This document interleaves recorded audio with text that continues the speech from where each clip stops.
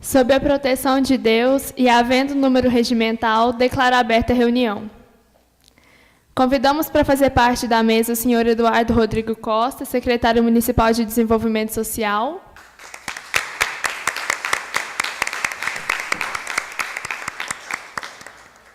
E a excelentíssima presidenta do Conselho da Escola do Legislativo, a senhora vereadora doutora Rosimeire Cássia dos Santos, que também está representando o excelentíssimo senhor presidente dessa casa, Vital Guimarães.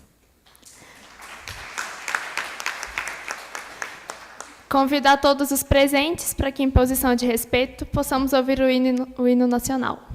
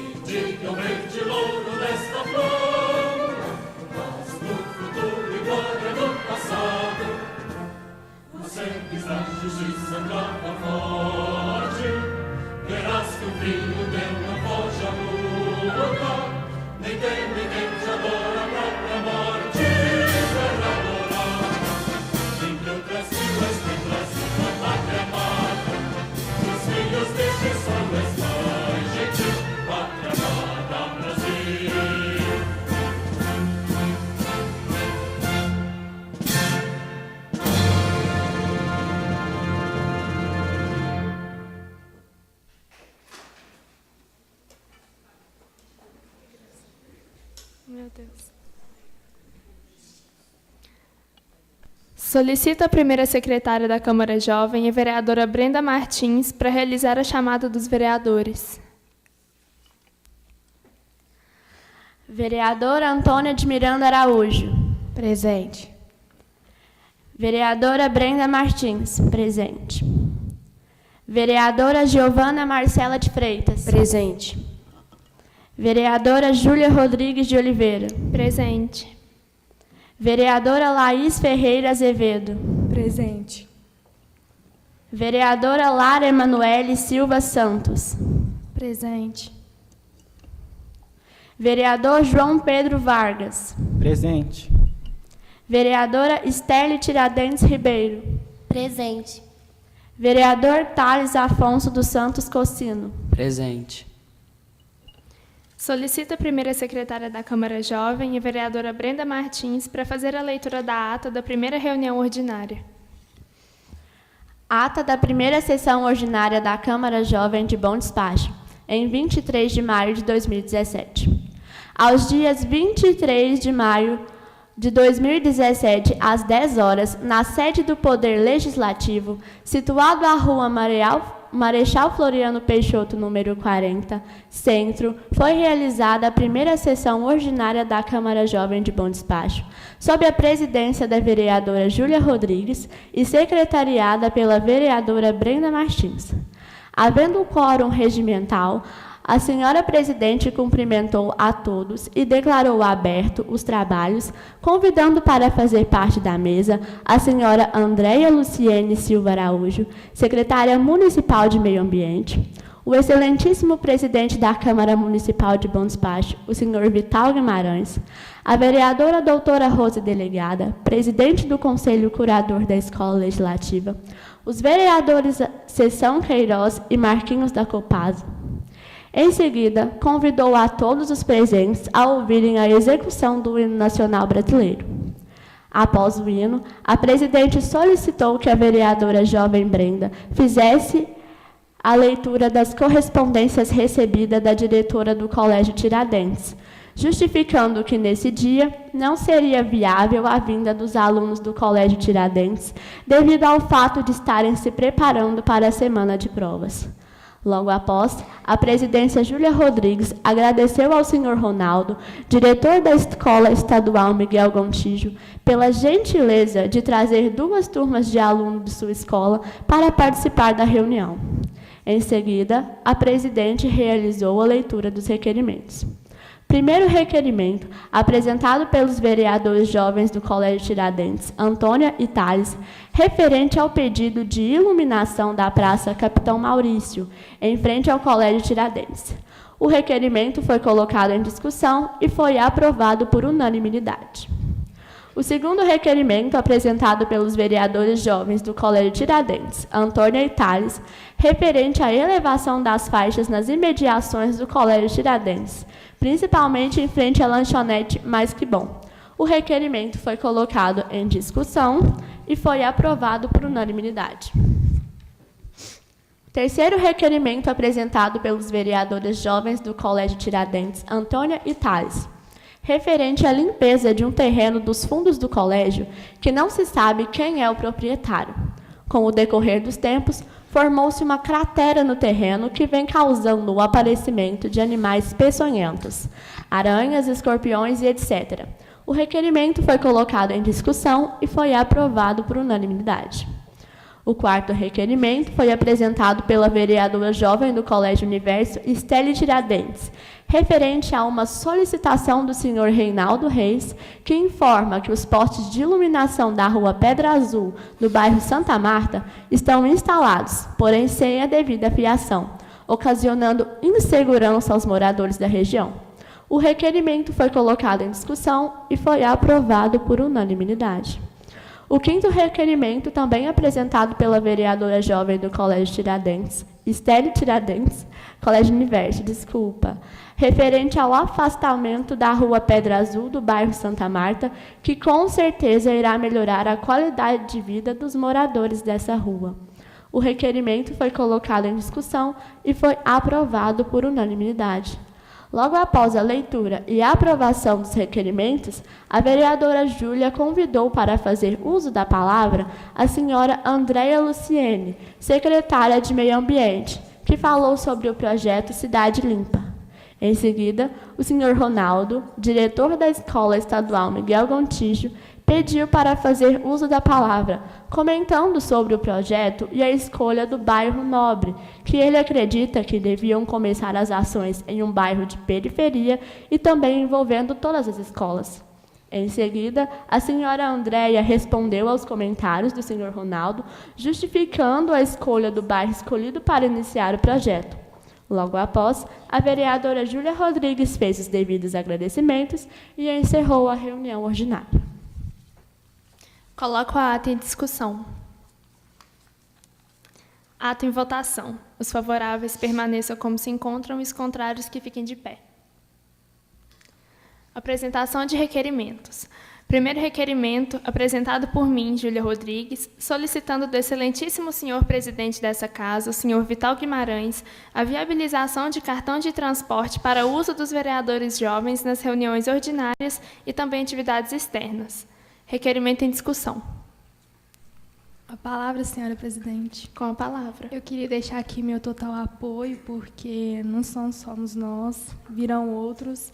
E esse projeto é de extrema importância para aqueles que moram mais distante e talvez não podem estar vindo aos nossos encontros devido à distância. Então, eu apoio. Com a palavra, senhora presidente. Com a palavra.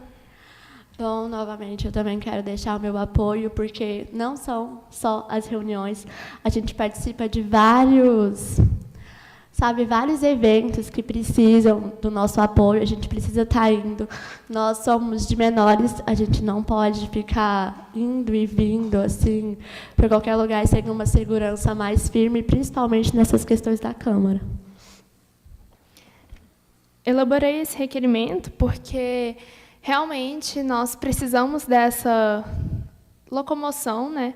Por exemplo, eu sou do Wilson Lopes, tem gente aqui do Irmã Maria, de escolas que são mais longe da própria Câmara, então, para a gente poder vir para cá é mais complicado.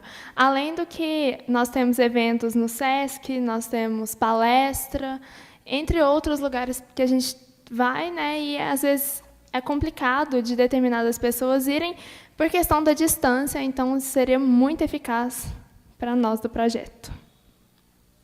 Requerimento em votação. Os favoráveis permaneçam como se encontram e os contrários que fiquem de pé. Requerimento aprovado. Segundo requerimento, apresentado pela vereadora jovem do Colégio Universo, Thaisa Freitas, referente à mudança de lugar de uma faixa de pedestre na Praça Inconfidência. Verificar a possibilidade de retirar a faixa da esquina, já que não tem espaço para o pedestre atravessar, devido ao alcântara de terra ser escorregadio em épocas de chuva. E colocar em frente ao Colégio Universo, que tem grande movimento. Ela solicita também que seja refeita a pintura da faixa de pedestre em frente à Droga Rede. Requerimento em discussão. Permissão para falar, senhora presidenta? Com a palavra. Bom dia a todos.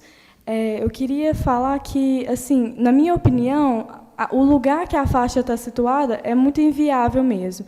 Porque quando chove lá, quando a gente vai atravessar a rua, do outro lado tem um canteiro, então fica cheio de barro e a gente suja tudo. E, assim, também, a esquina lá é um lugar muito perigoso, porque tem muitos carros que não param para a gente atravessar.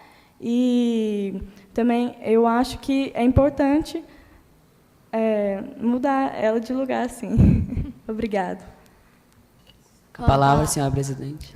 Com a palavra. Também gostaria de dar meu apoio a esse requerimento devido ao movimento que tem ali à frente ao colégio.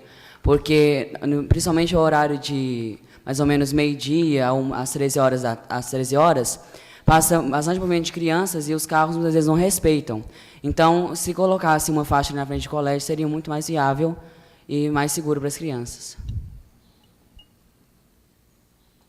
Com a palavra, senhora presidente. Com a palavra. Eu quero reforçar a palavra do vereador Tales, porque todos os colégios devem ter, sim, faixas na frente dos seus portões. São movimento de crianças, movimento de jovens, é muito perigoso. A faixa deve ser colocada, sim, reforço. Requerimento em votação. Os favoráveis permaneçam como estão e os contrários que fiquem de pé. Requerimento aprovado. Terceiro requerimento, apresentado pela vereadora jovem do Colégio Universo, Thaisa Freitas, referente à reconstrução de uma mesa de alvenaria e bancos que foram destruídos na Praça Inconfidência. Requerimento em discussão.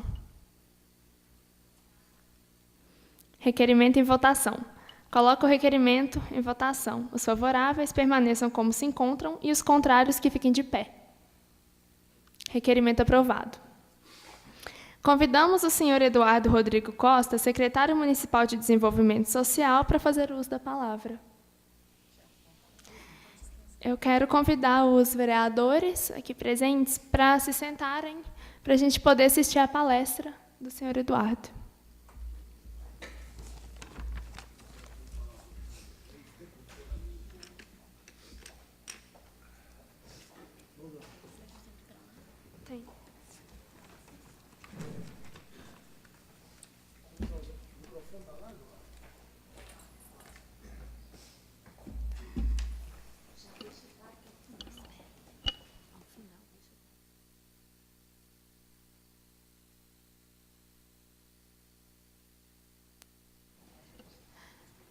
Assim que a reunião, a palestra acabar, quero convidar de volta os vereadores a se sentarem para a gente poder encerrar a reunião.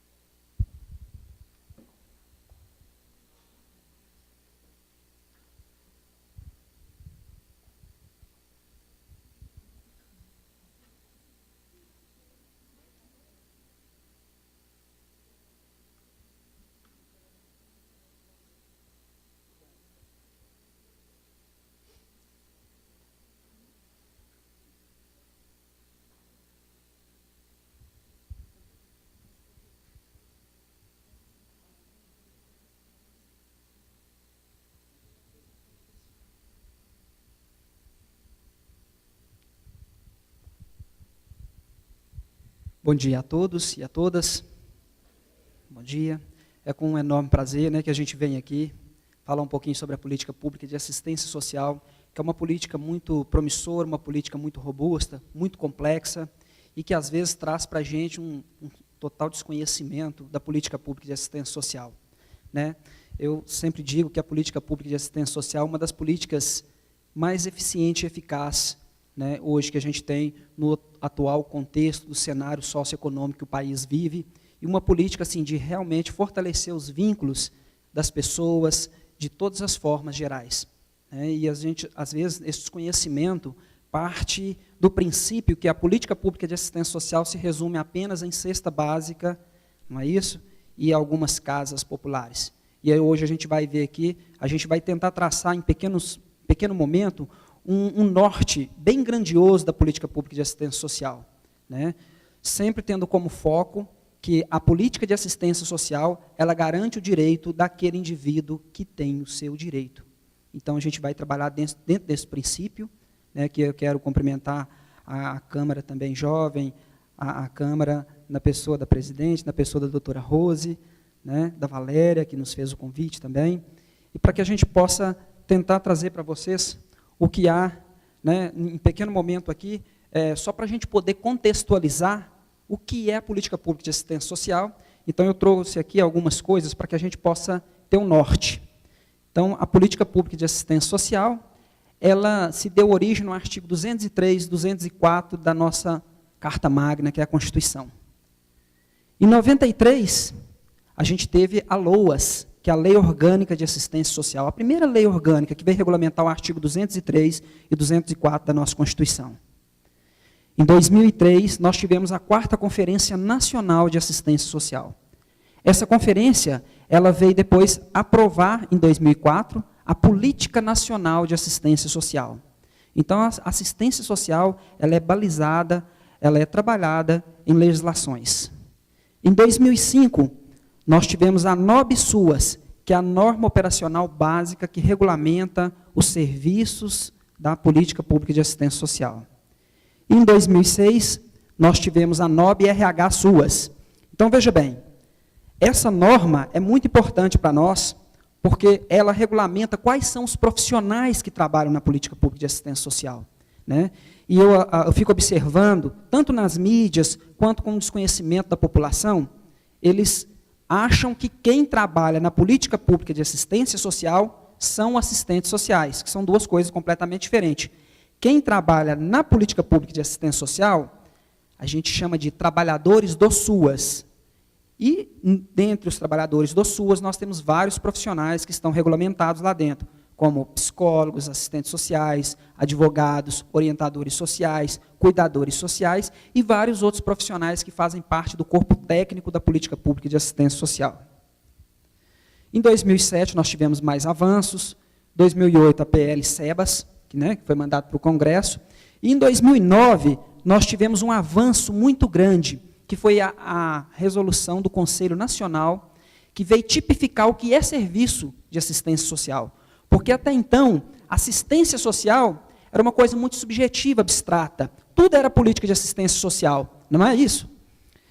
Cesta básica era política de assistência social, remédio era na assistência social, a muleta era na assistência social, leite era na assistência social. Tudo que às vezes não cabia às outras políticas públicas, se julgava isso na assistência social. E uma coisa que mais me entristece é que houve-se a necessidade do órgão máximo de controle social da política pública de assistência social normatizar, fazer uma normativa regulamentando o que é política de assistência social, e a gente vê em pleno 2017, 2016, que houve um processo de campanhas de vereadores, de prefeitos, fazendo políticas contra as normativas do SUAS, falando que ia conceder benefícios, que eu vou mostrar aqui, não é fala minha, é normatizado, que é proibido a nível nacional, e tem muitos que ainda fazem campanha falando, eu vou distribuir isso, eu vou dar aquilo, eu vou dar aquilo outro, e é proibido.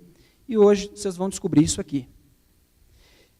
Bem, em 2011, então, nós tivemos o SUAS, que veio regulamentar toda a política de assistência social. A gente viu que em 93 nós tivemos a LOAS, que é a Lei Orgânica de Assistência Social. E depois houve-se a necessidade de regulamentar, organizar, definir o que é assistência social, o que é política de assistência social, o que é a proteção básica, proteção especial, o que é especial de alta, o que é especial de média complexidade. E aqui nós temos o artigo 1º da nossa Lei Orgânica, que eu acho muito bacana. Veja bem, assistência social é direito do cidadão e dever do Estado. Política de seguridade social não contributiva. O que quer dizer com isso? Não contributiva. Não exige pagamento. Então, quando o cidadão, sujeito de direito, ele procura a política pública de assistência social para requerer algum benefício social, ele não tem que pagar por isso. Da mesma forma, ele não tem que agradecer nem o secretário, nem o técnico, muito menos o prefeito. Os técnicos vão conceder o benefício porque é direito dele. E isso a gente vai ver aqui muito bem, a gente trabalha muito bem. Desde 2013 nós mudamos essa política. A doutora Rose, hoje vereadora, ela era gestora da assistência social, eu era gerente de proteção social básica junto com ela, e isso foi uma coisa que nós mudamos, porque a política pública ela é descentralizada. E hoje a gente ainda vê vários secretários de assistência social que guardam cesta básica dentro da sua sala, guardam os benefícios lá dentro da sua sala, e os usuários ainda têm que ir lá para pedir benção. O secretário tem que ver ele, para ver se ele foi o carinha que votou no prefeito dele, ou não, para conceder o benefício. E a política de assistência social ela é bem clara, é de todo aquele que tem direito. Hoje, na nossa política de assistência social do nosso município, nós não sabemos nenhum dos nossos usuários que recebe os benefícios, porque os benefícios são concedidos dentro do CRAS, que é a porta de entrada da assistência social. Ninguém precisa de ir lá visitar esse gestor carequinha aqui para concessão de benefício. Os técnicos nossos trabalham de forma operativa, operacional, eficiente, eficaz, e só eles têm a capacidade técnica reconhecida em lei federal para fazer a concessão de benefício. Não é prefeito que faz, e muito menos gestor que faz. É os técnicos de ponta. Então vamos lá. Isso aqui é só uma contextualizaçãozinha. Eu vou pular essa contextualização, depois, se vocês quiserem, eu deixo o slide com vocês, por causa do nosso tempo. E aqui é um reforço, do que é não contributivo, que não exige o pagamento para a concessão do benefício. E aí vem o marco zero. Por que a gente colocou o marco zero? Eu estou na política pública de assistência social há mais de 13 anos, mas a gente colocou o marco zero ali em 2013. Por quê? Porque nós estruturamos a assistência social através dessa lei complementar. Regulamentamos o SUAS no município em 2014. O que é isso? Muitos de vocês devem ter ouvido falar que a política de assistência social, a pasta responsável pela execução dela no nosso município, se chama ação social, não é isso? Pois é. Então está aqui, ó. Nós tivemos que regulamentar, porque desde 93, desde 2004, com a NOB SUAS, e depois com o SUAS se tornando lei em 2011, não existe Secretaria de Ação Social. Veja bem, o que é ação social? Ação social é toda aquela ação que é desenvolvida dentro de qualquer política pública. A cultura, ela realiza ação social, o meio ambiente realiza ação social, não é isso? O Obras pode realizar uma ação social, a saúde realiza uma ação social, por isso que a secretaria, se ela opera somente a política pública de assistência social, ela se chama Secretaria de Assistência Social. Se ela opera mais de uma política pública dentro dela, ela se chama Secretaria de Desenvolvimento Social, que hoje é o caso da nossa secretaria aqui em Bom Despacho, porque ela opera mais de uma política pública dentro dela. Lá dentro nós temos a política de habitação. Uma outra coisa que eu queria trazer para vocês. Nós temos aqui o Ministério do Desenvolvimento Social e Combate à Fome e Agrário, né, que a Secretaria de Desenvolvimento Social é relacionada de ente federado para ente federado, e nós temos aqui a Secretaria de Cidades, que é responsável pela habitação. Você sabia que habitação não é política de assistência social? Muitas pessoas acham. Tanto é que a habitação ela é ligada ao Ministério das Cidades e não do Desenvolvimento Social. Mas por que hoje nós temos a habitação? Porque nós somos Secretaria de Desenvolvimento Social. Nós temos mais de uma política pública lá dentro. Então, nós podemos ofertar essa política de habitação lá dentro. Hoje, a assistência social ela é dividida da seguinte forma: proteção social básica, proteção social especial de média complexidade e proteção social de alta complexidade, seguindo o mesmo norte do SUS. Não é isso? Vocês não conhecem já a dinâmica do SUS? Não existem os PSFs, que são as unidades básicas de saúde? Lá não é a prevenção, a atenção primária, onde a gente trabalha o preventivo. Dentro da política pública de assistência social, nós trabalhamos a proteção básica também, na mesma lógica. Na proteção especial de média complexidade, o que acontece? Quando ocorreu algum tipo de violação com o indivíduo, enquanto sujeito de direito, por exemplo, dá um exemplo para a gente aí, Eduardo. Quando houve casos de violência doméstica, caso de estupro, casos de adolescentes envolvidos em atos infracionais, casos de adolescentes envolvidos em pequenos furtos, até mesmo em homicídio, e da proteção especial de alta complexidade, quando há necessidade de tirar aquele indivíduo do vínculo familiar, de institucionalizá-lo. Eu até acho essa proteção aqui muito mais difícil de trabalhar do que essa, porque nessa proteção aqui a gente trabalha com o violador e com o violado, porque ele ainda permanece dentro do seio familiar. Então, se é um idoso que está sofrendo algum tipo de violência doméstica lá dentro, a gente tem que trabalhar esse idoso e a gente tem que trabalhar a pessoa que violou o direito dele. Então, dentro da assistência, a gente trabalha essas políticas públicas. E ali, o CRAS? O CRAS é a porta de entrada da assistência social. Então, o que a gente tem? Dentro do CRAS, a gente tem serviços, que é o PAIF, que é o Programa de Atenção Integral à Família. É um programa amplo que a gente atende a família como um todo. E a gente tem um serviço de convivência e fortalecimento de vínculo, dividido até 6 anos, de 6 a 15, de 15 a 17 e para idoso. Hoje a gente tem 3 polos aqui no município. Serviço de convivência e fortalecimento de vínculo. Esses serviços, eles não funcionam dentro do CRAS. Dentro do CRAS hoje, ele é a porta de entrada da assistência. O que é a porta de entrada para vocês entenderem?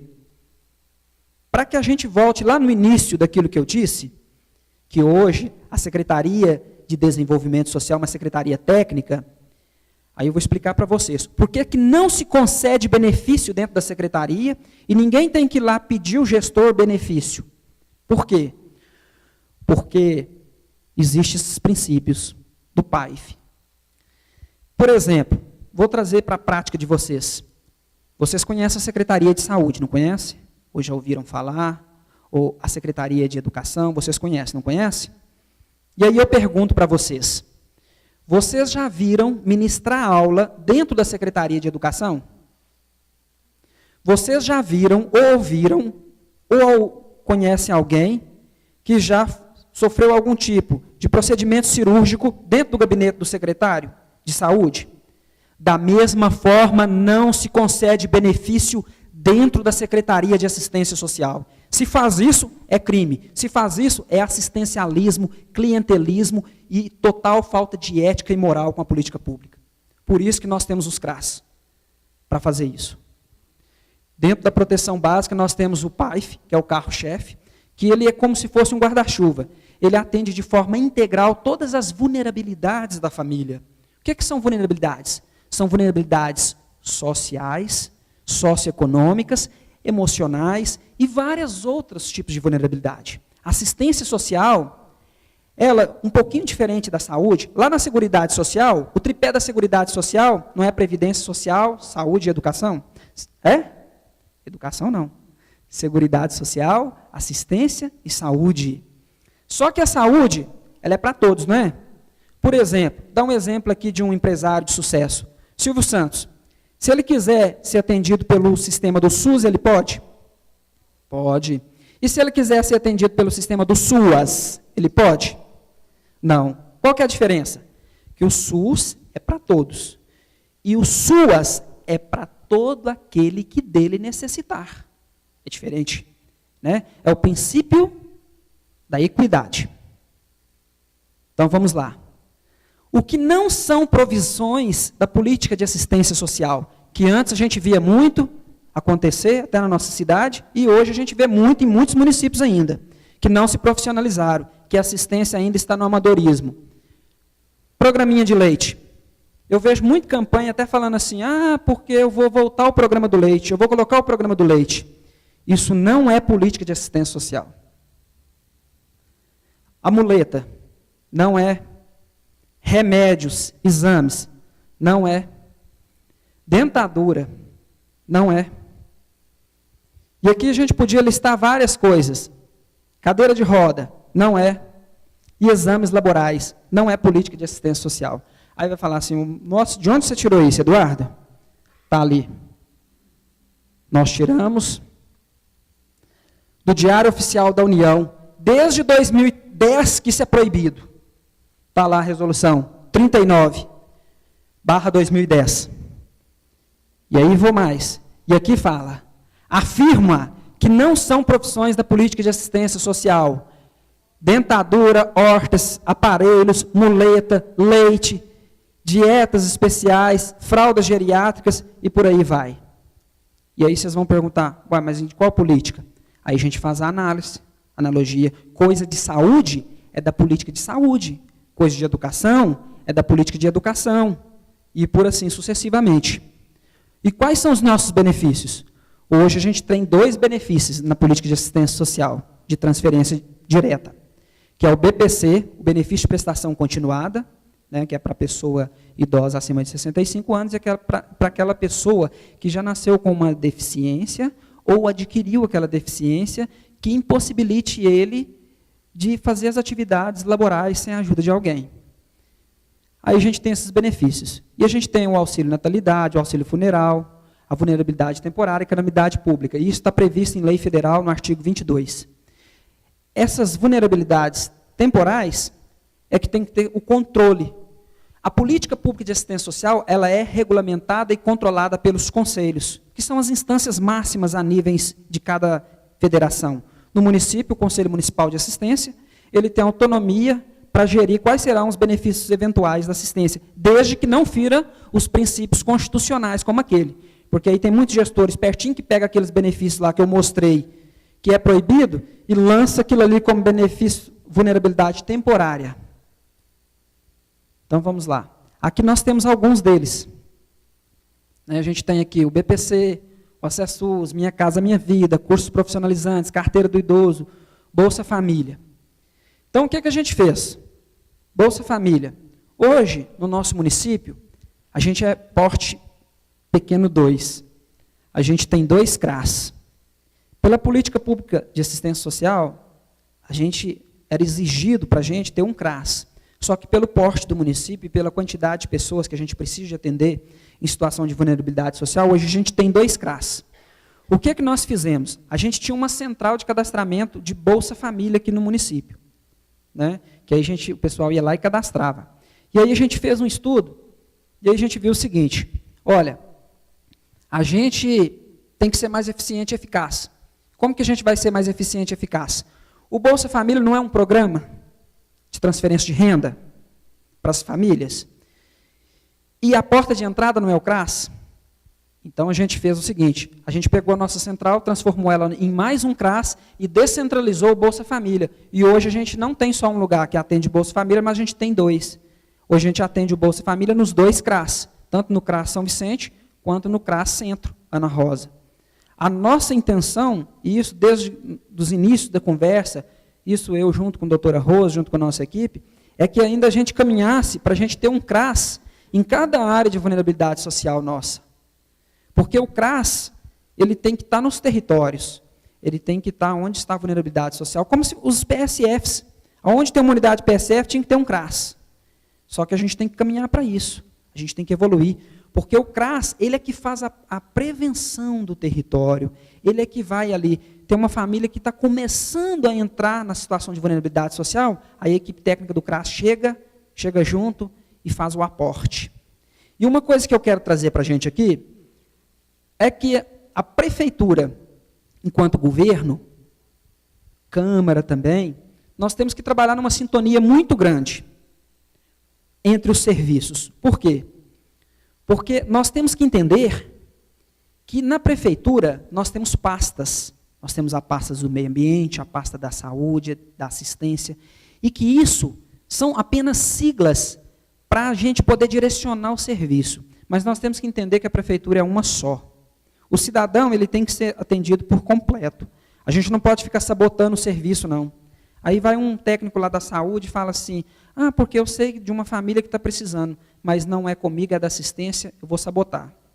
Lá na educação, eu sei de uma família aqui, de uma criança que às vezes não consegue nem se concentrar para fazer os exercícios, para estudar, mas não é minha política, então eu vou deixar, e aí eu vou sabotar. A gente não pode trabalhar dentro dessa lógica. A gente tem que trabalhar de forma interdisciplinar e de forma a trabalhar em conjunto, de forma a trabalhar de forma cooperativa, né?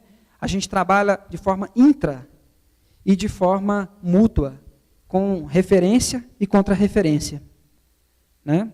Então, só para a gente contextualizar isso aqui, veja bem, nós acabamos com toda prática assistencialista no município.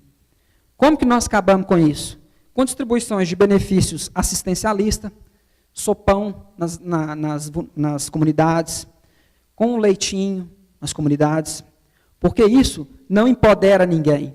E a política de assistência social, ela é uma política de empoderamento, empoderamento do sujeito enquanto sujeito de direito. E aqui o que nós fizemos? Nós trabalhamos com a inclusão da autonomia financeira.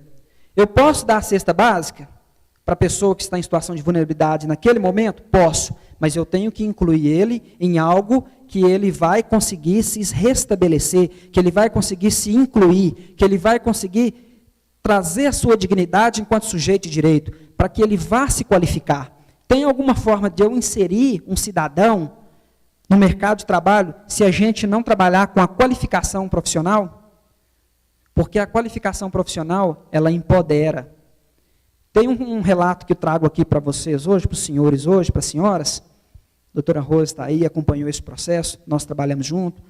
Nós estamos aqui com os técnicos aqui do CRAS, coordenador do CRAS, do CREAS, advogado do CRAS, do CREAS. E o que aconteceu? Tinha um grupo no CREAS, que aí eu vou entrar, de meninas em cumprimento de medidas socioeducativas.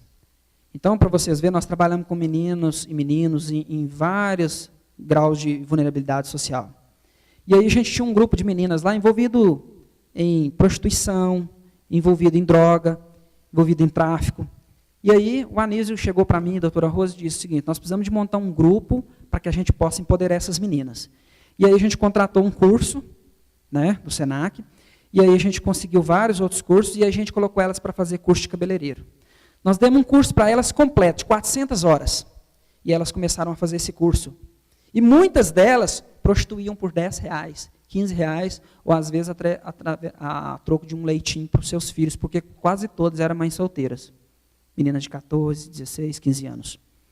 Se a gente fosse uma política assistencialista, a gente ia fazer isso. Vou te dar o seu leitinho aqui, vou te dar sua cestinha, e ali ia continuar prostituindo, ia continuar com seus direitos violados. Mas o que nós fizemos? Nós empoderamos ela. Nós incluímos essa, nesse artigo 2º aqui do inciso 3º, que nós proporcionamos o acesso dela ao mundo do trabalho.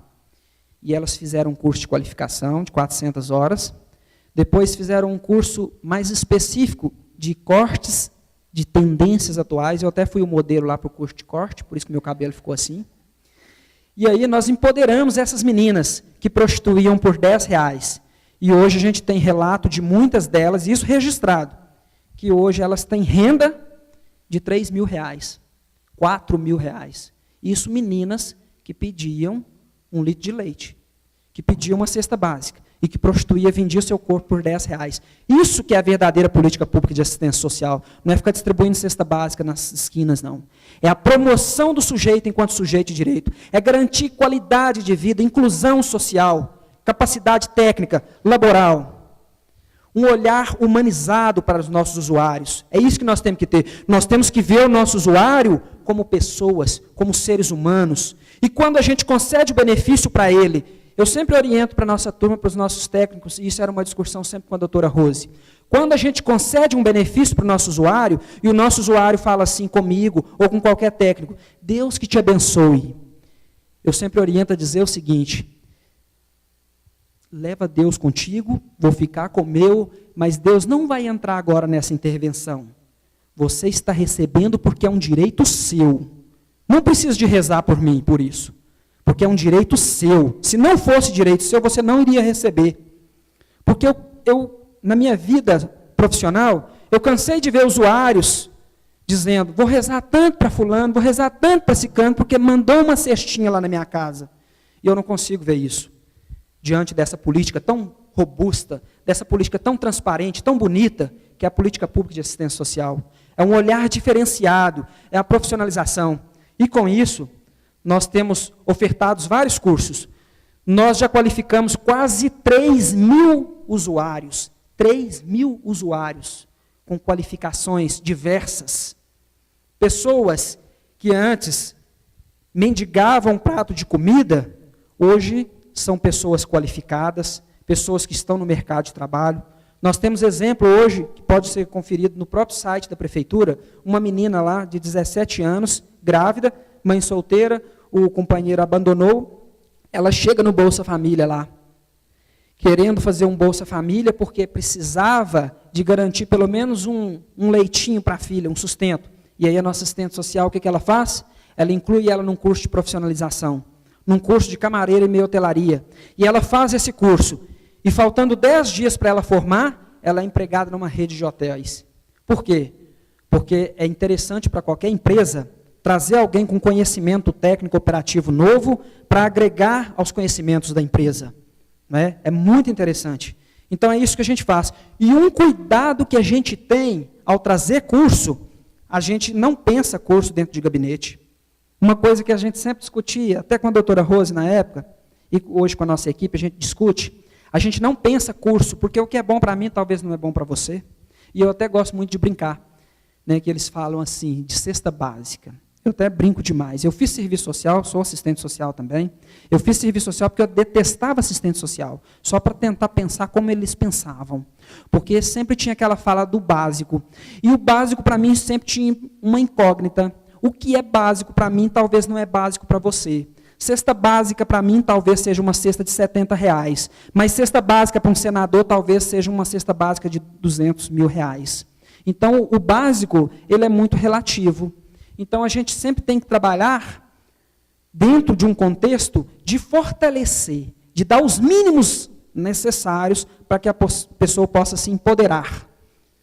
E aqui a gente entra na proteção especial de média complexidade. Dentro dela, a gente tem o PAEF, que faz inúmeros serviços de proteção especial, de violação de direito. Né? A gente tem um serviço especializado de abordagem social. Isso também é uma questão interessante aqui no nosso município.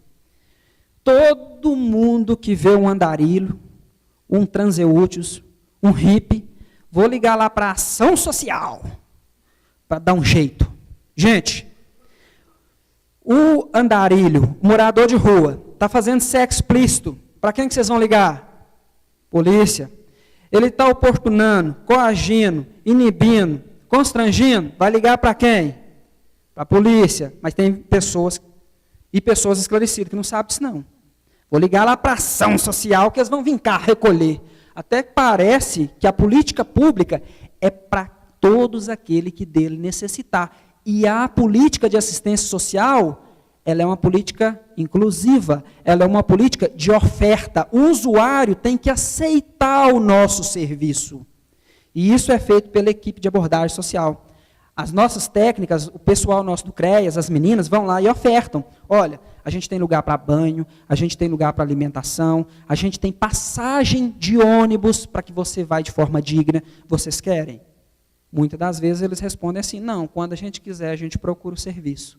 Só que a população, às vezes, não entende como que funciona a política. Eles acham que a ação social tem que ir lá, jogar um laço na cabeça deles, julgar eles dentro do ônibus e excluir eles do mapa. Porque o que é diferente, às vezes, nos constrange. O que é diferente, às vezes, nos incomoda. Mas nós vivemos num contexto, numa estrutura, né, que a gente precisa de mudar essa realidade.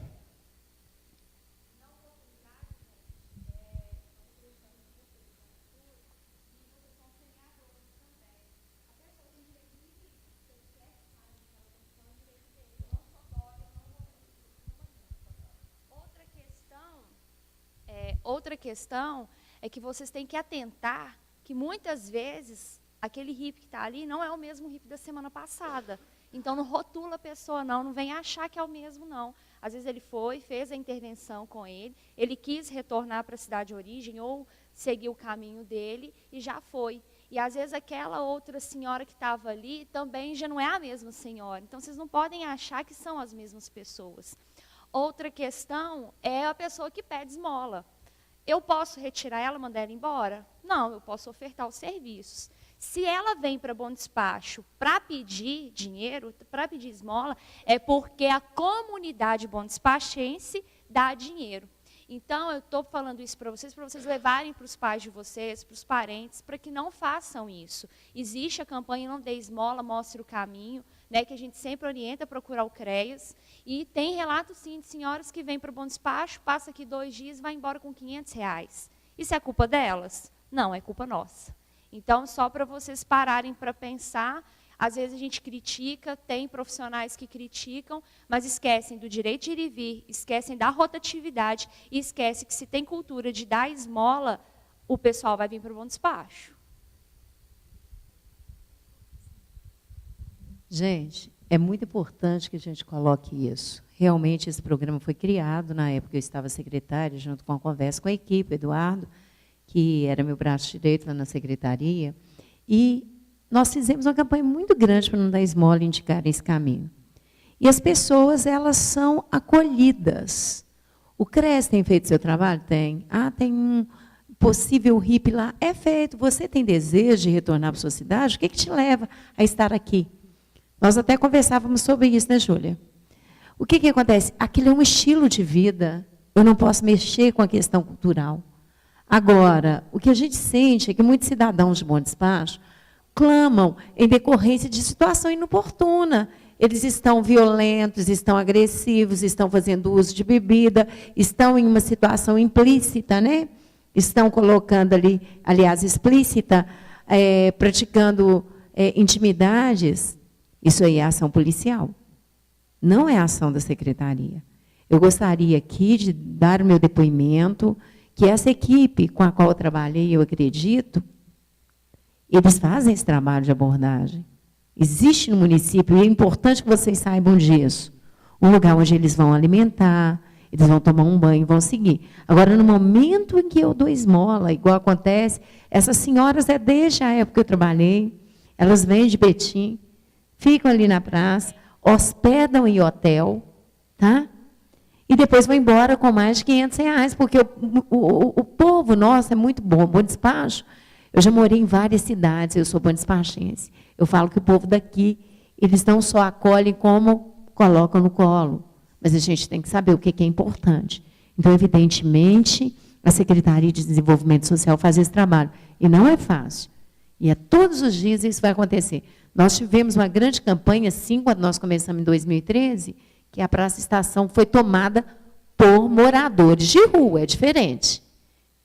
Nós tivemos uma infestação grande de moradores, que montavam barracas, mas eles não tinham uma política de atendimento. Nós conseguimos, através do acolhimento, encaminharmos a cidade para os seus destinos.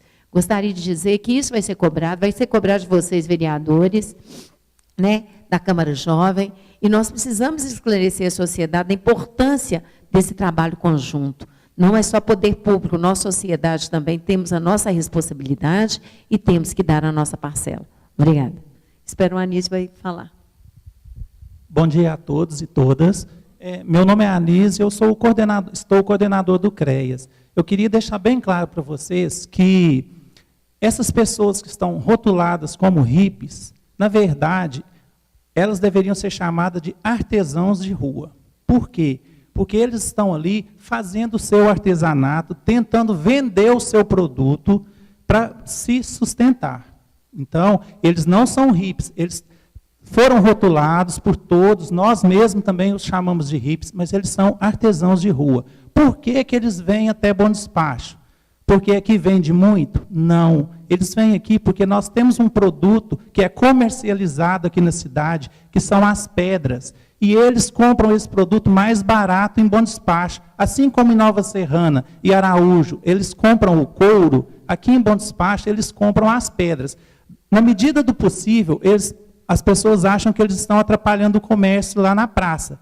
Mas eles estão gerando renda também para aquele que vende a pedra. Então, se a gente olhar só um lado, nós poderíamos prejudicar o outro. E eles vêm aqui, vocês podem sentar e perguntar, por que vocês vêm a Bom Despacho? Nós viemos aqui, porque aqui a gente consegue comprar produto para a gente fazer o nosso artesanato mais barato, né? E a gente, então, vem até aqui para fazer essa compra. Vocês podem ver que de 6 em 6 meses, vocês vão ver as mesmas carinhas, porque eles passam um tempo longe, depois voltam, compram o produto. Então, eu queria deixar bem claro para vocês, eles não são hippies, eles são artesãos de rua, e a maioria tem até a carteira de artesão. Vocês podem, quem tiver curiosidade, pode conferir, perguntar, que eles vão apresentar. Tá ok?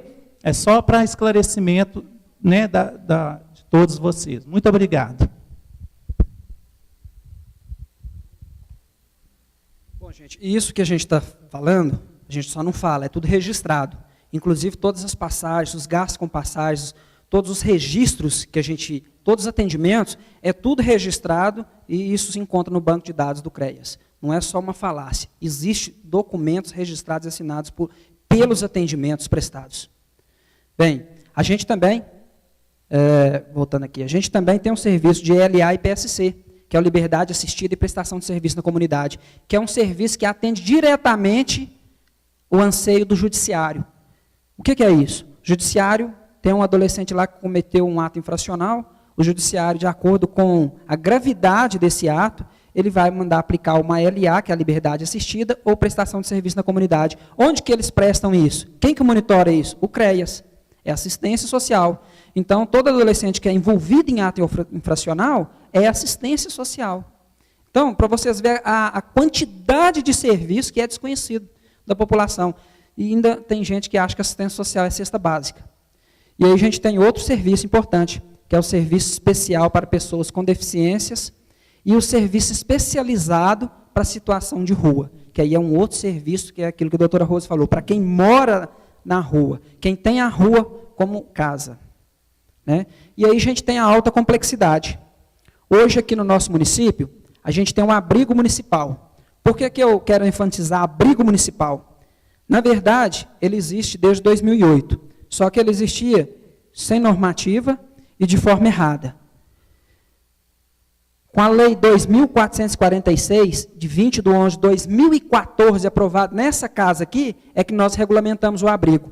Porque existem vários atores, até de dentro do próprio judiciário, que têm uma visão equivocada e que tratam o abrigo de forma errada. Eles chamam o abrigo de abrigo casalar, ou casalar-abrigo, eu não sei se é porque eles acham bonitinho esse nome, mas são duas políticas completamente diferentes. Casalar é uma coisa, abrigo é outra diferente. E aí eles chamam o abrigo de abrigo casalar. Deve ser porque acha bonitinho. Mas aí nós regulamentamos, hoje o que nós temos aqui no município é um abrigo para criança e adolescente. Nós temos um outro programa que a gente está implementando também, a lei é de 2013, foi aprovado também nessa casa, e a gente está implementando esse programa Família Acolhedora, que depois a gente vai querer uma parceria da Câmara Jovem para a gente disseminar esse programa aqui. O que é isso? É um programa muito importante, muito bacana. Porque por mais que o abrigo seja uma medida protetiva, e qual o caso que é que a gente leva a criança para o abrigo? O abrigo, gente, vou abrir um parênteses aqui, ele não é para criança que comete ato infracional, ele não é para criança vítima, é o contrário, é para criança que sofreu algum tipo de violação.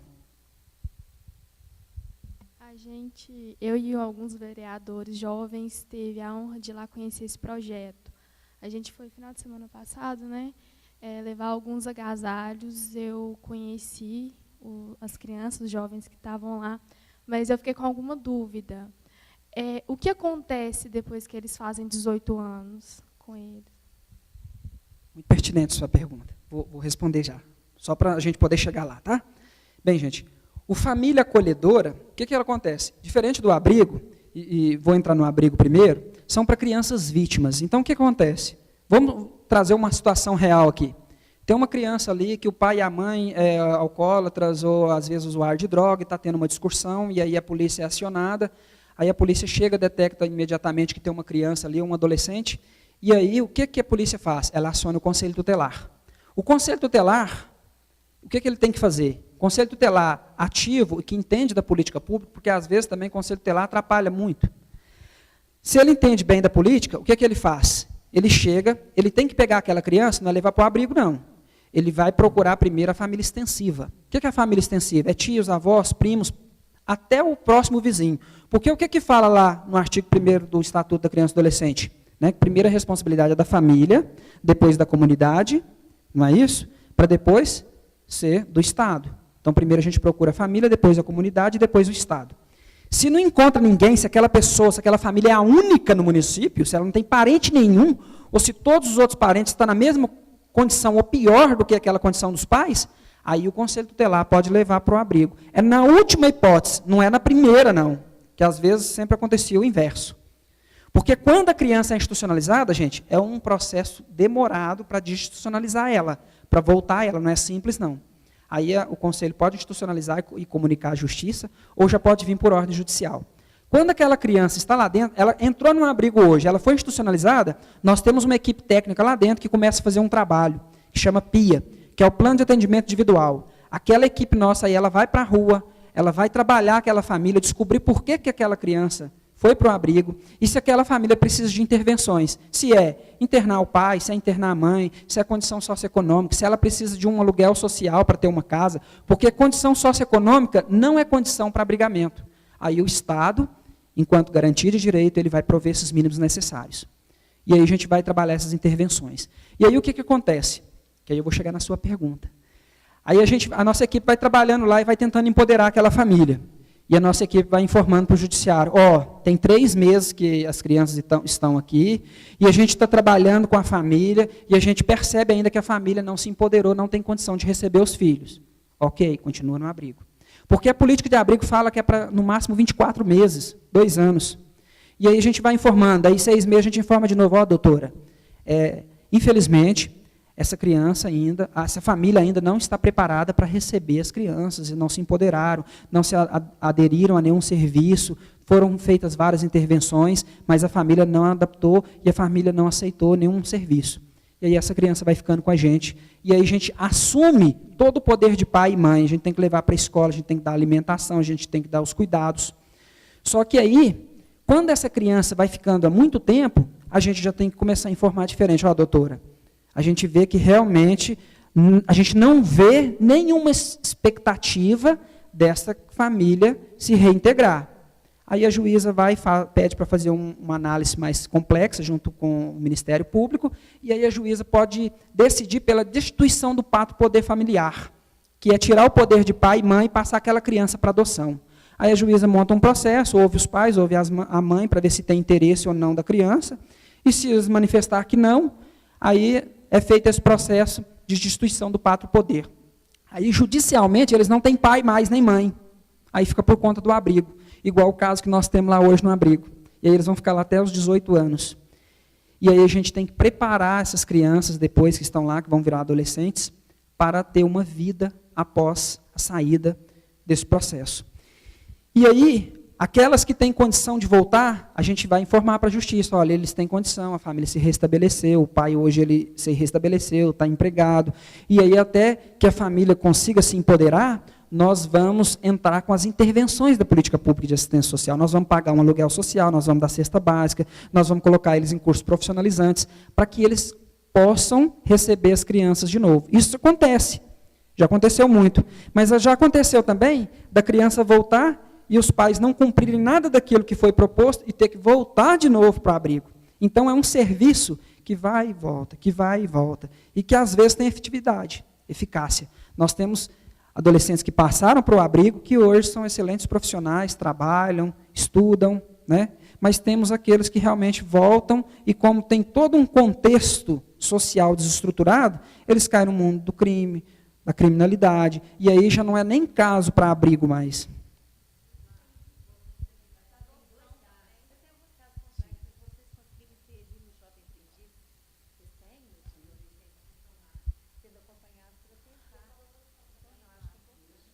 Mas após os 18 anos, eles têm livre árbitro de sair, de tomar suas próprias decisões, para fazer o que bem entender.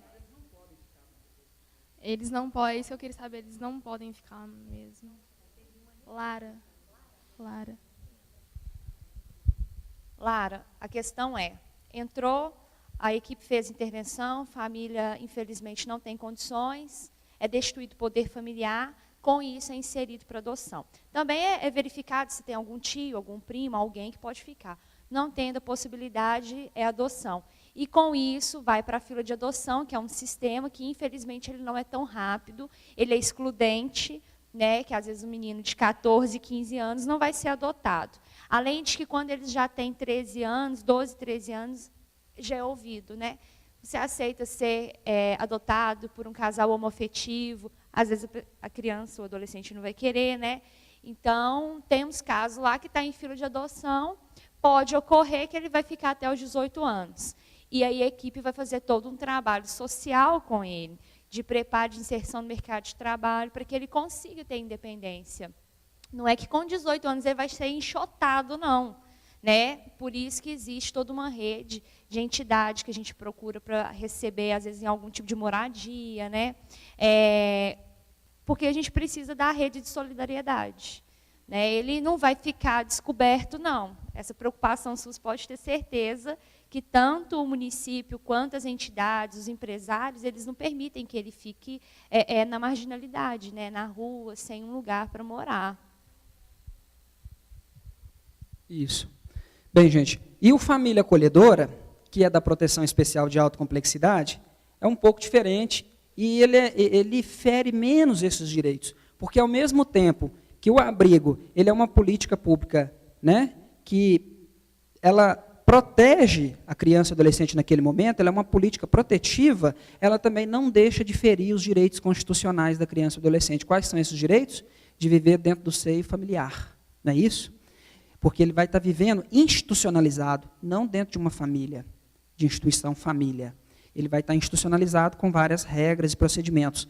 E aí vem esse outro programa, que é o Família Acolhedora, que é onde eu disse que é importante, depois de a gente trabalhar com vocês, ter o apoio de vocês para a gente difundir isso aqui, Família Acolhedora. O que é o Família Acolhedora? Ele trabalha na mesma lógica do abrigo, só que são famílias que fazem o cadastro. São famílias que podem ir lá e traçar também o perfil, como na adoção, só que elas não podem ter interesse de adotar. Aí, por exemplo, eu quero ser família acolhedora. Aí eu vou lá, eu mais o meu companheiro, sozinho, e faço o meu cadastro. Isso vai ser analisado pela equipe, pelo judiciário, pela equipe do CREAS. Tem uma equipe técnica lá que é responsável pela família acolhedora. E aí, essa família, passando pelo crivo da documentação, ela vai ter uma documentação, e esse nome dessa família, com o perfil do tipo de criança, vai estar lá, tanto no Conselho Tutelar, quanto no Judiciário, em todas as áreas.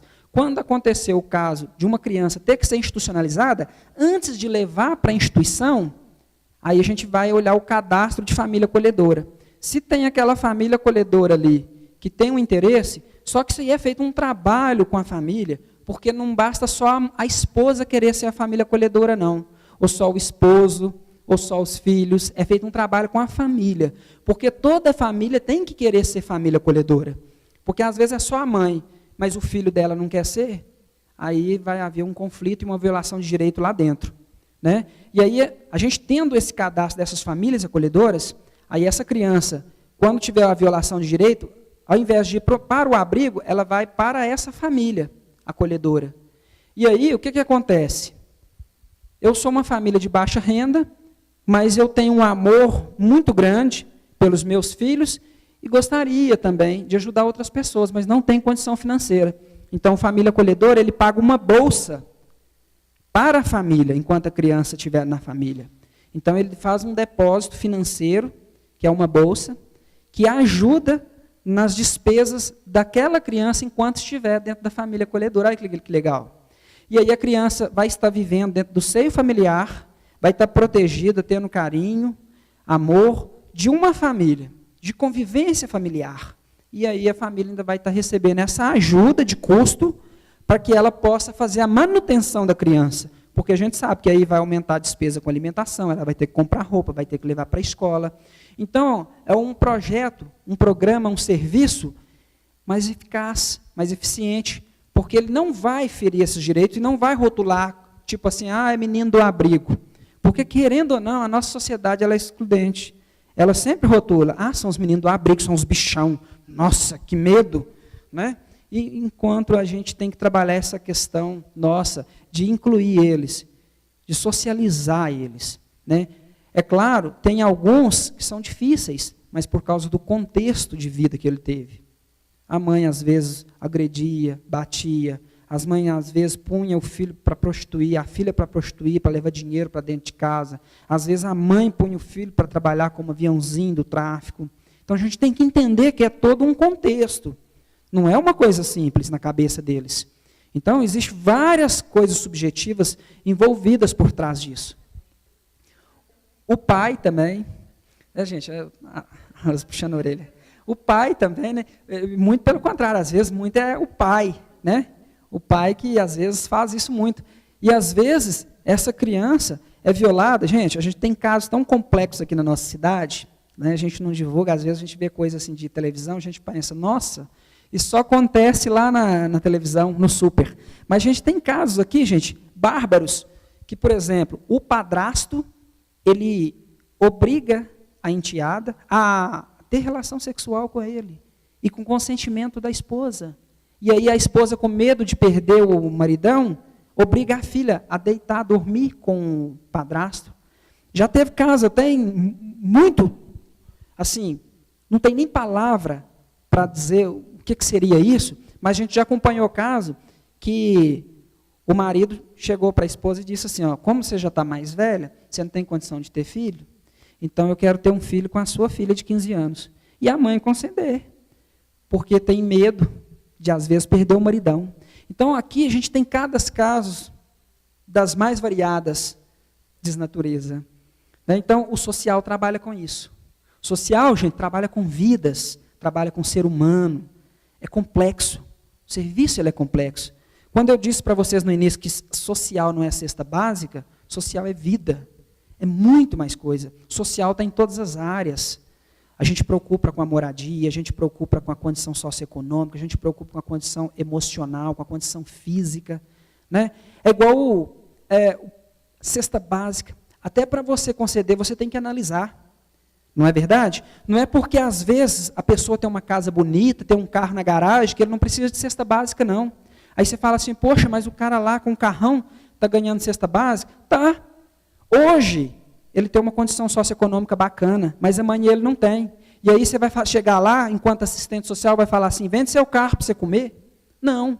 A gente vai trabalhar as questões de vulnerabilidade dele, porque às vezes o carro é algo que ele vai ter para conseguir um emprego, para ele se deslocar para o emprego. E se aí ele for vendendo o que ele tem, ele vai cada vez mais se decadendo e entrando numa situação de extrema vulnerabilidade social. É igual o Bolsa Família, por exemplo. O pessoal fala assim, ó, eu conheço uma mulher ali, que ela pega o cartão do Bolsa Família e vai para o salão arrumar o cabelo. Eu conheço uma mulher ali, que ela pega o cartão do Bolsa Família e foi numa loja e comprou uma calça de R$200. Está errado? Não, não está errado não. Quem somos nós? Nós temos que trabalhar a autoestima. Se arrumar o cabelo daquela mulher é o que traz autoestima para ela, é o que deixa ela feliz, é o que deixa ela prazerosa para a vida, é o que vai fazer ela tratar melhor os filhos, melhor o marido, ótimo. Por quê? Quem é pobre não tem direito de usar uma calça de R$200, não? Quem é pobre não tem direito de arrumar o cabelo, não? Quem é pobre não tem direito de ter um óculos bacana, não? Então, entendeu, gente? O nosso conceito de pobreza, que ele está muito arraigado a costumes tradicionais, culturais, lá para trás, nós temos que evoluir nosso pensamento enquanto questão social, enquanto sujeito de direito. Isso aí é uma discussão mais ampla, que agora não vai caber, mas numa outra oportunidade a gente pode discutir essas questões. Então, gente, a gente agradece, né? E aqui estão os contatos hoje da Secretaria, do CRAS São Vicente, do CRAS Ana Rosa, do Abrigo, do Serviço de Convivência e do Conselho Tutelar também, que é um outro órgão que é autônomo, né, mas ele também é mantido pela Secretaria de Desenvolvimento Social, ele é mantido de forma operacional, as despesas do Conselho Tutelar é custeada pela Secretaria de Desenvolvimento Social, e essa aí é a nossa estrutura hoje. Então, a gente agradece, né? As referências bibliográficas das legislações que foram citadas estão aí, e numa próxima oportunidade... Quer fazer alguma pergunta?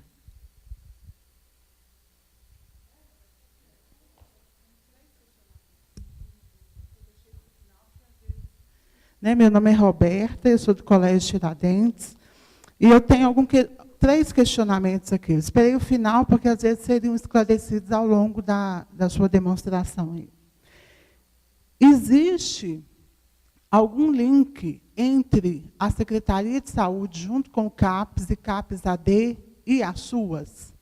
Porque a gente vê muitos casos de vulnerabilidade social, principalmente no CAPES-AD, se existe esse diálogo mais estreito, né, entre essas duas situações, que a gente sabe que são secretarias diferentes, de responsabilidade, né, distintas. A segunda situação, se existe um diálogo entre as organizações de cunho religioso e as ONGs que têm traços de assistencialismo junto à Secretaria de Ação Social e, no caso aqui, de Desenvolvimento Social. Porque o que eu vejo, né, eu sou cristã, católica, mas eu vejo que o que a política pública constrói, muitas das vezes as instituições religiosas e ONGs que têm traços assistencialistas desconstroem.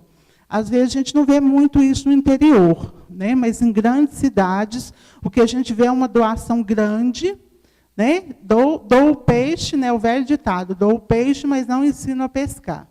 Então fica uma construção, né, no sentido legal da história, e uma desconstrução no sentido emocional, afetivo, religioso. Aí.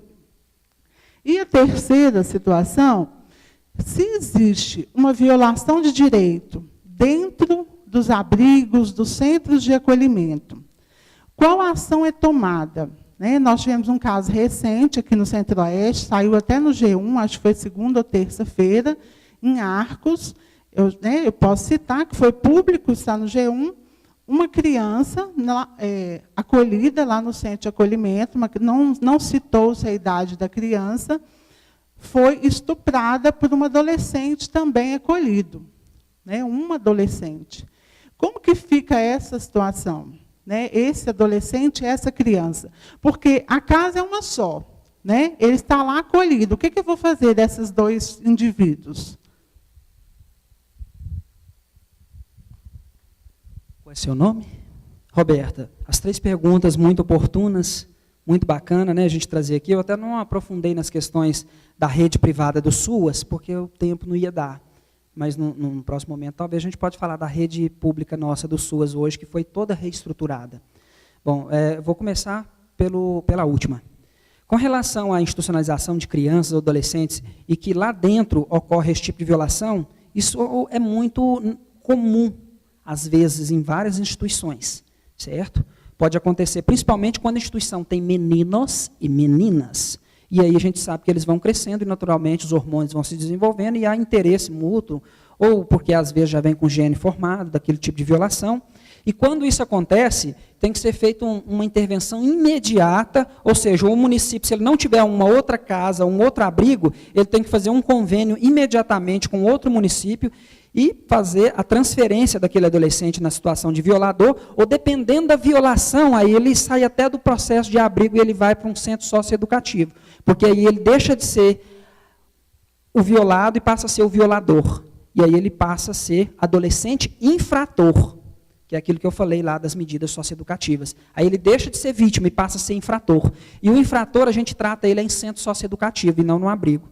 O abrigo é para criança vítima. E o adolescente ou criança, ou o adolescente infrator, são nos centros socioeducativos, que tem ele em meio fechado e em meio aberto, dependendo da gravidade do ato. Ficou claro? Ok. A segunda é sobre essa rede com CAPS AD, né? Com a Igreja Católica, o que acontece? A gente sabe que a trajetória da Igreja Católica é uma trajetória, né, de benemerência, né, até porque a gente sabe que existem os vicentinos, a Sociedade São Vicente Paulo, e hoje, aqui no município, em 2013, quando a gente iniciou a política pública de assistência social com a nova roupagem, a gente tinha, em média, umas 12, né, Rose? Umas 12 a 15 entidades que eram credenciadas como prestadores de serviço do SUAS. Quando a gente passou o pente fino, de acordo com as legislações, o que elas tinham que ter para que tivesse esse convênio, que na época era convênio com a gente, caiu para 4. E hoje ainda mudou mais ainda. Existe uma lei nova, que é a 13.019, de 2015, que agora entrou em vigor agora, né? A partir de janeiro desse ano para todos os municípios, que é o termo de fomento e cooperação, porque realmente existe isso. É uma concorrência desleal, que a gente fica trabalhando a política pública, enquanto sujeito de direito, e as entidades ficam trabalhando assistencialismo. E hoje, as entidades aqui do município que recebem recurso público, todas são fiscalizadas periodicamente pelo Conselho Municipal de Assistência Social, e todas têm que trabalhar na mesma linha nossa. Porque, senão, como sanção, ela não recebe o próximo mês. Porque antes o recurso era feito em empenho global, aí ela deitava e rolava. Hoje a gente passa ele mês a mês. A gente faz o global, tipo assim, você já deve ter visto às vezes no site lá, que a gente assinou um repasse de 200 mil, mas a gente não repassa aqueles 200 mil de uma vez, não. A gente repassa ele mês a mês, porque aí a gente tem uma comissão de monitoramento e avaliação que avalia e monitora a aplicação daquele recurso, se realmente foi aplicado de acordo com o plano de serviço dela. E aí, depois que eles aprovam, eles mandam um relatório para mim dizendo, está aprovado. Aí eu autorizo a nova parcela. Se eles fizeram qualquer serviço assistencialista, a gente não repassa. Funciona assim hoje. Ficou claro? Com relação à primeira pergunta do CAPS, né, isso aí a gente chama de fluxo de atendimento. É o que a gente bate sempre na tecla, a gente está tentando construir, porque na rede do SUAS, a gente já criou o fluxo de atendimento, que é a porta de entrada CRAS, tem algum tipo de violação de direito, CREAS, violou direito à necessidade de romper do vínculo familiar, proteção especial de alta complexidade. Hoje, no município, nós temos o abrigo e o família acolhedora, mas aí os outros serviços, por exemplo, para a mulher vítima de violência doméstica, para o idoso vítima de violência doméstica, para a criança em situação de risco ou família, a gente tem os convênios com o Estado, que a gente manda para os outros equipamentos do Estado. Então, esse fluxo com a saúde, do CAPS, de família em extrema vulnerabilidade social, existe uma outra linha, que às vezes as pessoas desconhecem, é que na própria saúde tem os assistentes sociais da política de saúde. Lá tem os assistentes sociais do NASF, que atendem os PSFs, e aqui eu comecei a dizer no início, é que às vezes fecha um olho, como se não fosse responsabilidade deles, e fala, vai lá para assistência. Só que aí nós estamos misturando o serviço das políticas. Porque da mesma forma que existe assistente social na educação, que vai tratar da política pública de educação na área social, existem os assistentes sociais, que vão tratar da área da política pública de assistência social da saúde, que é um exemplo bacana. Nós temos, vou dar um exemplo de uma pessoa, posso até citar o nome dela, porque ela é minha amiga, eu acho que é, né? Ela chama Roselúcia. Então, ela é assistente social lá da saúde. O que acontece? Existe a fralda descartável. A fralda descartável para criança, ela é da assistência. A fralda descartável geriátrica para o idoso, ela é da saúde. Por que tem essa diferença? Eu não disse que assistência são para benefícios eventuais, que tem uma eventualidade, que tem um prazo, um período. Então, se é eventual, é da assistência. Se é permanente, aí a gente entende como tratamento de saúde. É da saúde. Então, existe lá a Roselúcia que faz esse atendimento social na área de medicamentos de alto custo, na área de alta complexidade, na área de fraldas geriátricas. Então, isso aí tem que ser tratado com assistência social da saúde. Agora, caso seja questão de fortalecer os vínculos, aí ela tem que fazer um contato com os nossos equipamentos do CRAS, e aí dizer o seguinte, olha, nós vamos tratar enquanto saúde no CAPS e queremos o apoio do CRAS para tratar enquanto vulnerabilidade social. Entendeu?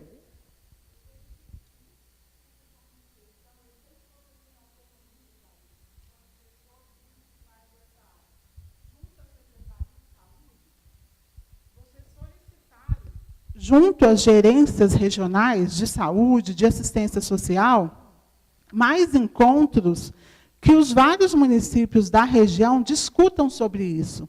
Porque o que eu tenho percebido, eu moro aqui, minha mãe mora em Arcos, eu tenho irmãos que moram em Iguatama, a gente tem visto uma postura diferenciada com municípios sobre a mesma gerência regional. Então, eu vejo que é válido, não sei se isso realmente pode existir, alguns momentos realmente de seminário, de discussão entre vocês, porque a postura é um pouco diferenciada. Né? Em relação, eu citei o CAPS e o CAPS-AD, porque foi um momento que me veio aqui, uma situação que me veio, e eu vi uma distonia aí nessa situação. Né? Eu vejo que é válido, até para a gerência poder observar isso, porque tem todo um trâmite legal em fazer esse link, né, de assistência entre uma secretaria e outra. E eu vejo que, às vezes, na gerência regional, a coisa emperra, por questões legais.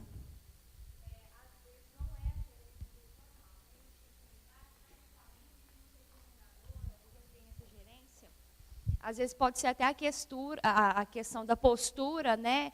Questão até de entendimento também enquanto profissional. A Secretaria de Desenvolvimento Social com a Saúde, nós temos encontros a cada 2 meses para discussão de caso. E aí vai CAPS, vai CAPS-AD, vai NASF, vai CRAS, CREAS.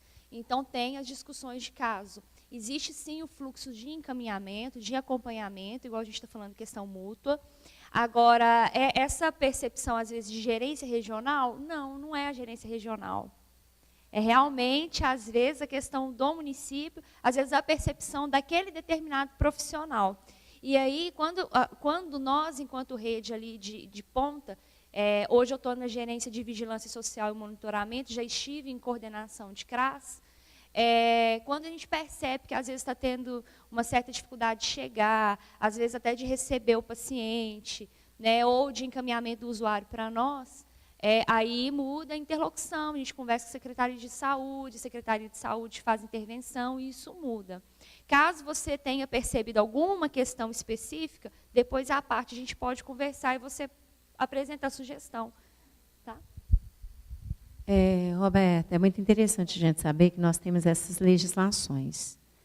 Mas, com relação a tudo da assistência, ao cofinanciamento, nós temos um repasse do governo federal, do governo estadual, mas a política ela acontece no município. O que eu vejo, muitas vezes, é essa falta de compromisso na entrega da política pública de vários municípios. Foi o que o Eduardo colocou de forma clara aqui. Então, nós não vamos ver uma política igual.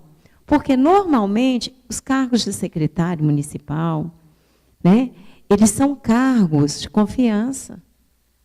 E, muitas vezes, infelizmente, no país, nas questões políticas que nós vivenciamos, o cargo é entregue não pela competência, igual a gente vê a competência do Eduardo, com o qual eu tive o prazer de trabalhar, com o Douglas, com a Paula. É entregue o cargo porque apoiou a política, porque foi para as ruas, fez campanha, e aí a pessoa que vai trabalhar a política de assistência social simplesmente ignora as leis, sabe? E isso a gente vê acontecer em todos os âmbitos. É isso que a gente tem que mudar. Tem pessoas que querem ganhar a simpatia da sociedade, enganando a sociedade. Então, quer dizer, existem regras. Eu não posso simplesmente rasgar uma legislação e ignorá-la. E, além dessas regras, tem que haver essa harmonia, a independência, mas essa relação de entrega. Isso aqui, desde a época que eu estava secretária, é realizado em bom despacho. E, muitas vezes, não é fácil. Você, professora, sabe disso, né, diretora, me perdoe. Existem certas vaidades, existem interesses políticos que acabam prejudicando aquilo que deveria chegar na sociedade. Enquanto nós não percebermos que assistência social é direito, um direito não contributivo, que o SUS é um direito, mas nem sempre esse direito é garantido desde o âmbito do governo federal, a coisa não vai fluir. Eu fiquei muito triste, eu vi hoje Ipatinga declarou estado de calamidade pública, porque o governo federal deixou de repassar, ou ele está repassando uma miséria para sustentar a saúde do município, e esse valor de 10%, uma cidade igual Ipatinga, que é enorme, como é que o governo vai honrar? Então, o que a gente vê isso é falta de compromisso de gestores. E é por isso que tem que haver essa independência legislativa cobrar, mas cobrar com seriedade, mostrando em que embasamento está sendo feita essa cobrança, e retribuir e repassar à sociedade. E outra questão que a gente percebe, ainda nós participamos muito pouco. Questões importantes são discutidas, e a gente vê meramente uma publicação do jeito que eu quero, na mídia, na internet, no Facebook, e um monte de gente curtindo uma ignorância que não foi vista aqui, que não foi ouvida, o que foi questionado. Então, é muito importante. Cada um tem o seu compromisso. Meu compromisso é com o povo. Eu fiz um compromisso de trabalhar todos os dias. Todos os dias eu estou aqui. Eu tenho disponibilidade para trabalhar. Entendeu? Outra pessoa fez outro compromisso. E aí, nem sempre esse compromisso é possível de ser cumprido, porque eu prometi o impossível. Então, o que eu vejo, realmente, é essa falta de compromisso que as pessoas têm para com a sociedade. E eu vejo que cada município tem atuado de forma diferente por causa do descumprimento da legislação. E nós temos legislações. E aqui, eu parabenizo o Eduardo, aproveito a oportunidade, a equipe, porque aqui segue as legislações. Muita gente implica com os moradores de rua, essa questão do artesão, conforme coloca aqui o Anísio de rua, mas são situações que nós não podemos simplesmente forçar uma pessoa em decorrer de direitos que ela tem dentro da Constituição Federal. E aí muitas pessoas aproveitam esse momento para fazer palanque e falar que a cidade ela foi invadida. Algumas medidas têm que ser tomadas. Nós temos instituições distintas e tal. Então, eu acho que isso é muito importante a gente saber. E até haver uma participação maior. Essa reunião que é feita por eles é aberta. Não é aberta em alguns casos, né, Paula? Porque tem coisas muito privadas que são discutidas, problemas sérios. Então, assim, eu queria aproveitar para parabenizar a equipe da assistência social de Bom Despacho, que eu tive a oportunidade de trabalhar. Eu até falei há pouco, Eduardo discutia, a única questão que eu acho que a assistência social ainda peca, e nós precisamos pensar nisso de forma séria, é concurso de efetivos. Porque eu sou a favor do efetivo, porque muitas vezes se quebra o vínculo que eu tenho que ter, a referência contra a referência com a sociedade, por eu não estar ali de forma efetiva e haver exigência do processo seletivo. Vem uma pessoa que responde uma questão melhor, teve meio ponto a mais, mas não tem o que é mais importante, a experiência e a vivência do dia a dia. Obrigada. Obrigado. Bom, gente, então a gente agradece, né, por vocês nos ouvir, né, por vocês conhecer um pouquinho da estrutura nossa da política pública de assistência social. Não deu para a gente mostrar todas em suas especificidades, né, mas a gente convida vocês para conhecer nossa rede, né, numa oportunidade, se vocês quiserem conhecer como que funciona os serviços nossos de convivência, fortalecimento de vínculo para o idoso, para a criança e adolescente, conhecer os CRAS, conhecer o trabalho que é feito no CREAS, né, que vocês façam uma comissão ou que vão lá conhecer como que funciona e deixar um convite aqui para a conferência, né, Paulinho? Paulinho quer falar sobre a conferência? Vai acontecer no auditório do batalhão. A gente só consegue aprimorar, melhorar, ampliar qualquer política a partir da participação popular.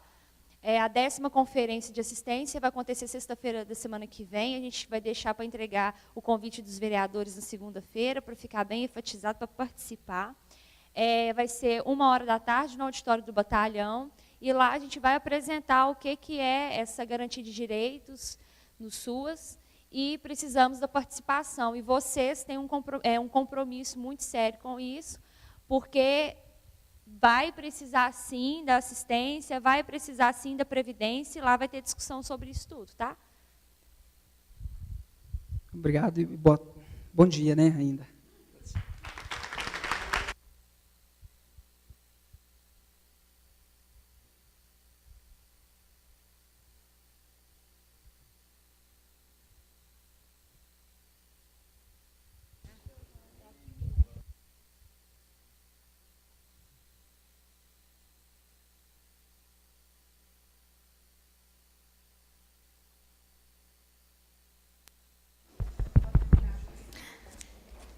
Agradecemos a participação do senhor Eduardo, da equipe da Secretaria de Desenvolvimento Social, a senhora Paula, gerente de Vigilância e Monitoramento Social, o senhor Douglas, coordenador do CRAS Centro, a senhora Priscila, coordenadora do CRAS São Vicente, o senhor Anísio, coordenador do CREAS, e a senhora Kênia, orientadora social do CREAS. Agradecemos também a presença da diretora Roberta e dos alunos do Tiradentes, dos professores Marcelo e Jaqueline. Também quero deixar claro que a Câmara Jovem está à disposição para os projetos de vocês, principalmente para a família acolhedora, que se você precisar, pode contar com a gente, senhor Eduardo.